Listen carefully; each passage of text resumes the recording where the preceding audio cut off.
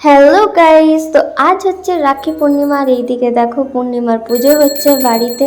তো এই দেখো পাশের বাড়ির কাকিমা বোনরাও এসছিল আমাদের বাড়িতে। তো প্রায় পুজো শেষের দিকে তারপর আমি গোপালকে, আমার বলরাম দাদাকে, যোগু দাদাকে এবং সুভদ্রা দিদিকে রাখি বেঁধে নিলাম। এবং তারপর গণেশ দাদাকে রাখি বাঁধার পর এই দেখো আমার বড়দা চলে এসছে। বড়দাদাকে আমি প্রথমে রাখি বেঁধে নিলাম, কারণ ওর কাজ ছিল বলে তাড়াতাড়ি করছিল। তো প্রথমেই ওকে রাখি বেঁধে নিলাম এবং চকলেট গিফটও করলাম আমি সবাইকে। তারপর চলে এলো আমার দাদার পালা। তো তারপর আমি দাদাকেও রাখি বাঁধলাম।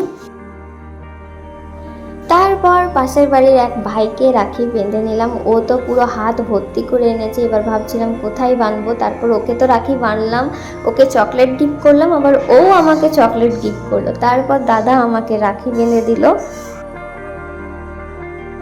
তারপর এই দেখো মা বেঁধে নিচ্ছে তার নাতি নাতনিকে।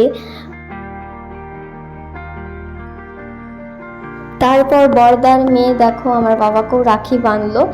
তারপর সবারই রাখি বেঁধে নেওয়ার পর মেজদাকে আমি রাখি বেঁধে নিলাম।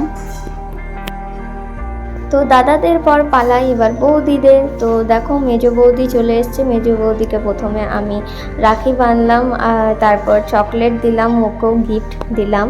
তো তারপর চলে এসছে আমার বড় বৌদি। তো বড় বৌদিকেও আমি রাখি বেঁধে নিলাম, গিফট দিলাম।